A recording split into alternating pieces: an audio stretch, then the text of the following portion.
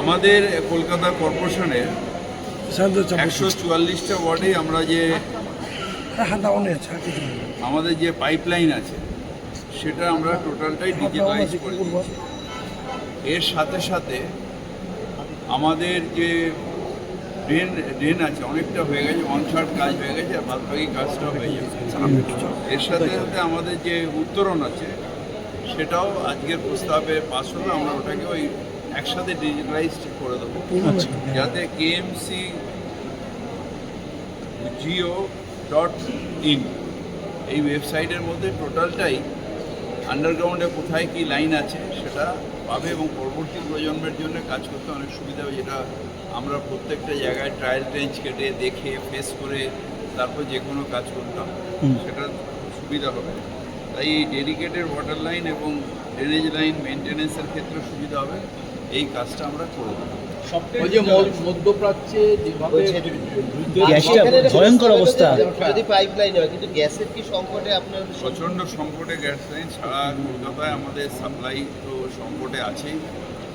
আমরা গ্যাস পাচ্ছি না, দামও আপনি জানেন যে 60 টাকা করে অলরেডি বেড়ে গেছে, সুতরাং মানুষ খুব ক্রাইসিসের মধ্যে আছে।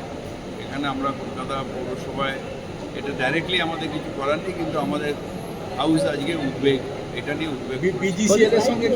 যেমন পাইপলাইনের দিয়েছে আমরা অলরেডি পারমিশন দিয়ে দিচ্ছি, কিন্তু তারা কোথা দিয়ে গ্যাস আনবে, গ্যাস আনতে পারবে কিনা, ডোমেস্টিক সাপ্লাই করতে পারবে কিনা, এটা তাদের ব্যাপার।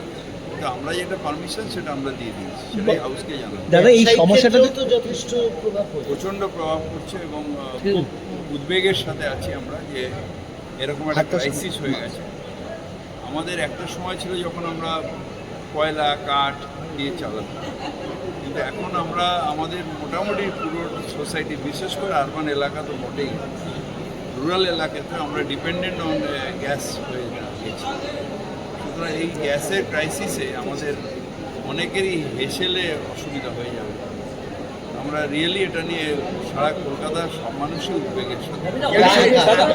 কাজ হচ্ছে যে চুপচাপ বসে থেকে হুজুরি না করে ব্যবস্থা করতে হবে এবং মানুষ যাতে অসুবিধায় না থাকে। ভারতের মানুষ SIR করে ভারতের মানুষকে লাইনে না দাঁড় করিয়ে আবার গ্যাসের জন্য দাঁড় না করিয়ে সাপ্লাইটা ঠিক মতন করার দায়িত্ব। আগাম পরিকল্পনা ছিল না, আগাম পরিকল্পনা রাখা উচিত ছিল না, এটার আগাম পরিকল্পনা রাখা উচিত ছিল না। এটা দায়িত্ব নিতে হবে তাকে এবং এর ব্যবস্থা তাকেই করতে হবে। दादा मोदी सरकार ने बड़ी बड़ी बातें की थी कि भंडारण है, अदानी जी का भंडार है, जिनको 1 रुपया में दिया देता है, साधारण मानुष के लिए कोई भंडार नहीं।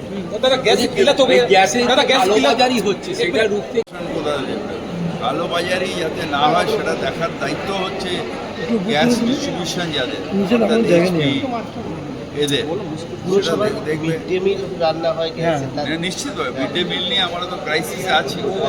আমাদের যে বড় সিলিন্ডারটা দেওয়া হয় সেটা দেওয়া হচ্ছে না, সেটা নিয়ে আমরা বিভিন্ন গ্যাস কোম্পানি যাদের কাছ থেকে আমরা নিই, ডিস্ট্রিবিউটার, তাদের সাথে কথাবার্তা চলছে যাতে মিড ডে মিলে আমাদের বা মা কিচেন, মা ক্যান্টিন এফেক্ট হচ্ছে, এগুলো আমরা যাতে পাই সেই জন্য আমরা অলরেডি কথাবার্তা বলছি। ক্রাইসিস আছে,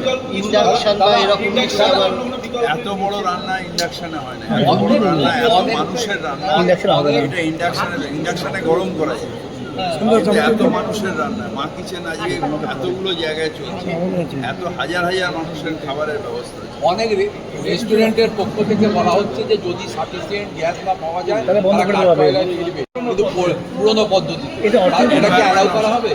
এনভায়রনমেন্ট নষ্ট হবে, কিন্তু আগে এগুলো দেখে নি, এগুলো সব দাদা হিন্দি বলতে